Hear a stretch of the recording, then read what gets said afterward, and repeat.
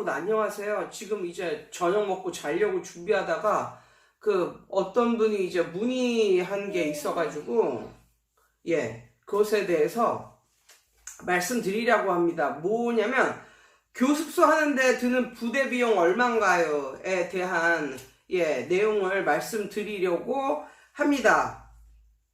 그분이 약간 남편이 그랬대요. 한 500만 원 벌면 한 300 가져간다. 뭐 이런 식으로. 그래서 그게 진짜냐고 저한테 문의를 주셨는데 어떻게 보면 진짜일 수도 있다. 뭐 이런 식으로 제가 답변을 드렸거든요.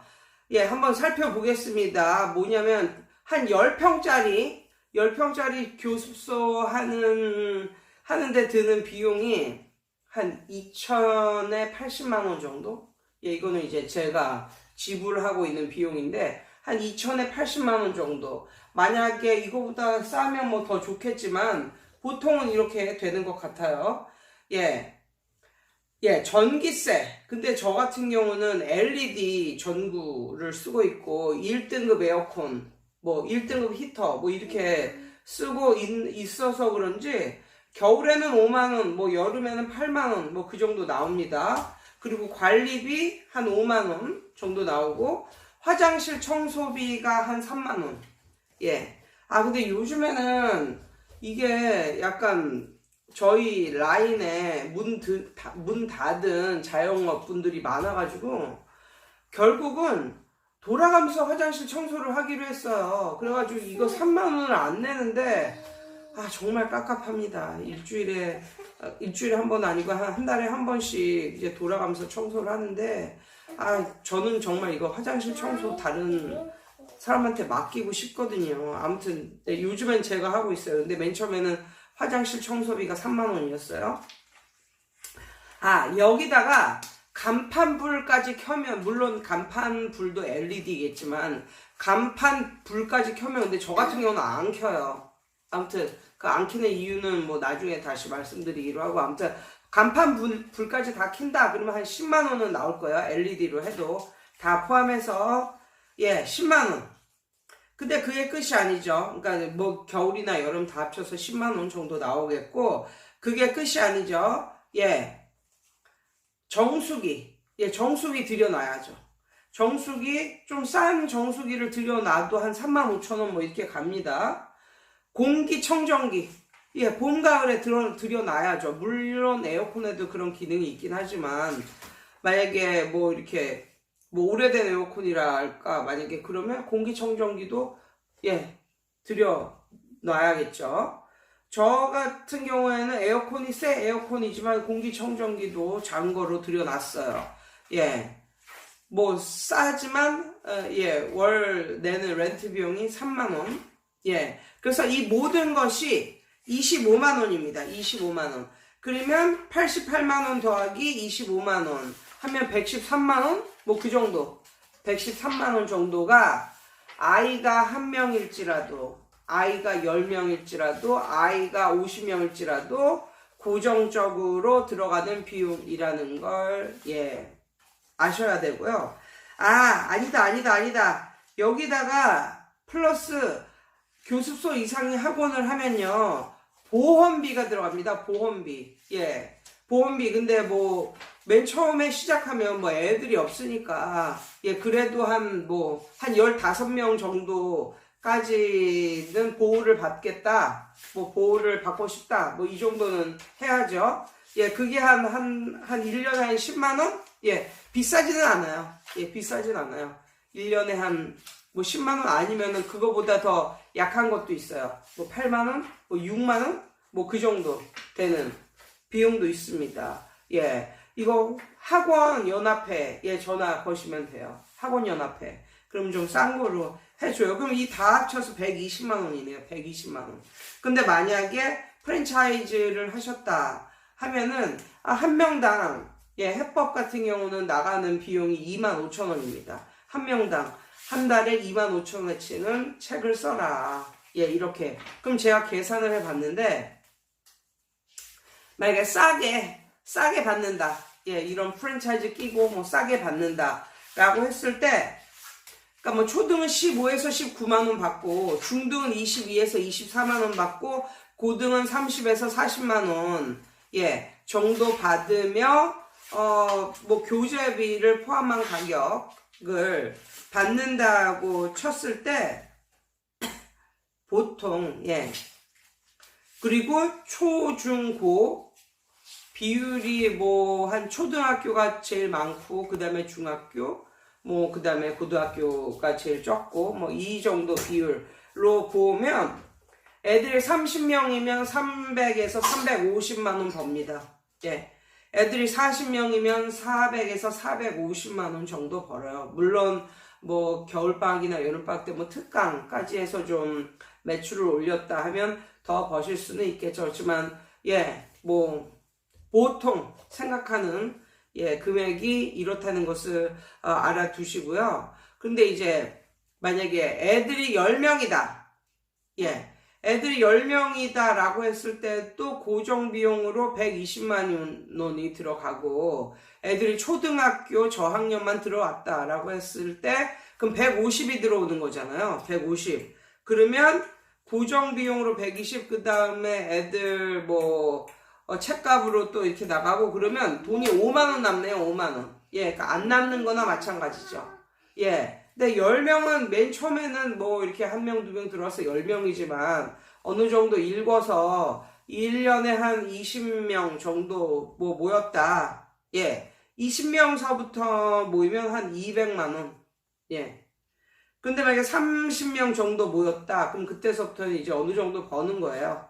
예, 350에서 400만원. 만약에 중고등부가 있으면 더더욱 좋겠죠. 많으면 더더욱 좋겠죠. 근데 이것도 약간 일장일단이 있는 게, 중고등부는 돈을 좀 교습료를 많이 또 내고 다니지만 걔네가 또 시험기간이라는 게 있잖아요. 그럼 시험기간이 있으면 또 시험기간 끝나고만 일주일 이렇게는 쭉 또 놀다 오는 애들이 있었고, 그리고 방학 때 쉬는 애들이 있고, 이렇게 해서 또 그런 것도 좀 참고를 하시고, 마지막으로 또 이런 사람들 있습니다. 학원비 밀리는 사람들. 예.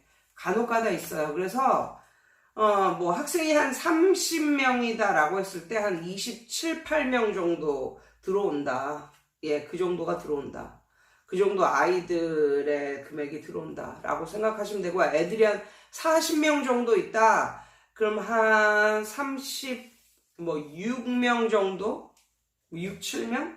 예, 그 정도의 아이들이, 예, 뭐, 교습료를 낸다라고 보시면, 예, 맞겠습니다. 완전히 초등부로만 까시면은, 예, 이거보다 더 적게 받을 수도 있겠고, 무슨 또 프로모션 한다고 초등부 막 들어오는데 막 반값 때리고 뭐 이러면 더더욱 적을 수도 있겠죠. 그래서 결론은 만약에 애들이 막 50명씩 막 박을 대는데 원장은 막 300도 못 벌고 막 초등부 50명이 막 박을 대는데, 예, 원장은 거기, 예, 선생은 300도 못 벌고 이런, 예, 일이 없지는 않아요. 없지는. 예. 근데 저 같은 경우는 뭐 책값 나가는 거를 너무 걱정하지 마시고, 책값이 나간다는 건 그만큼 애들이 들어온다는 거니까, 예, 그건 너무 걱정하지 마시고, 그 다음에 이런 것도 있습니다. 이 학원을, 교습소를 시작할 때 저 같은 경우는요, 남편이 직장을 다니고, 예, 있잖아요. 그럼 직장에서 다 가족 뭐 건강보험 다 책임져 준단 말이에요. 그런데 제가 집에서 이제 공부방을 차리고 사업자 등록증을 뭐 내고 이랬어요. 근데 그 전에, 예, 이거 하기 전에 공부방 허가를 내기 전에 고등학교 애들을 40만 원을 예, 받고 3명 정도를 아르바이트 삼아 가르쳤던 예, 시절이 있었어요. 예.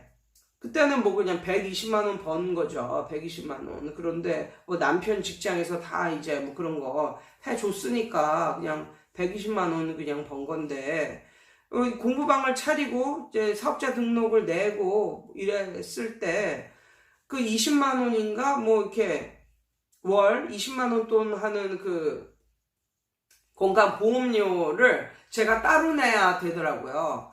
그러니까는 제 애들까지는 남편 회사에서 이렇게 하는데 저는 사업자이기 때문에 저는 내야 돼요. 그 건강보험료를 그 월 한 20만 원, 뭐 10몇만 원, 20만 원 이렇게 하는 거를 예 그렇게 되다 보면 정말 내가 이거 뭐 하는 거지? 이렇게 생각할 수도 있어요. 만약에 그것까지 다 하고 했는데 애들이 뭐 7, 8명, 뭐 1년이 가도 한 7, 8명, 뭐 10명, 만약에 이렇게 된다면 내가 지금 뭐 하고 있는 거지? 뭐 이런 식으로 생각을 할 수도 있어요. 그런데, 뭐랄까, 또 너무 겁먹지는 마세요. 그러니까는 제가 이렇게 사업자 등록을 하고 이렇게 한 것도, 만약에 불법으로 하다가 걸리면은, 예, 과태료 그런 걸, 예, 물게 되어 있습니다. 그러면 어떻게 보면 배보다 배꼽이 더 클 수도 있고, 그리고 불법으로 만약에 사업자를 안 내고 하시면, 사실 대놓고 막 현수막을 걸고, 막 그렇게 할 수가 없잖아요. 이거는 쉬쉬하면서 해야 되는 거니까. 예. 그것보다는 차라리 사업자 등록을 하고 그리고 현수막을 걸고 막 학교 앞에서 이걸 나눠주고 이렇게 대대적으로 하는 게 결국은 좀 낫다라는 예 결론을 내리게 되었습니다. 그래서 뭐 세금 관련 뭐 이런 것도 문의를 하시는데 사실 절대로 세상 살면서 배보다 배꼽이 더 클 수는 없습니다. 그러니까 세금 걱정하실 정도면 진짜 애들이 많은 분들이에요. 세금 걱정하실 정도면. 예, 그래서 만약에 세금 걱정이 된다 그러면 진짜 감사히 여기셔야죠. 감사히. 그래서 이거는 교습소를 못하는 뭐 이런 여러 가지 걱정 때문에 교습소를 못하는 그런 삶을 살지는 말아라. 만약에 여러분들이 그러니까 남의 학원 밑에서 이제 하고 계시는데, 예, 하루에 한 서너 시간 일하고 500만 원 이상 번다. 그러면 거기 계속 다니세요. 예.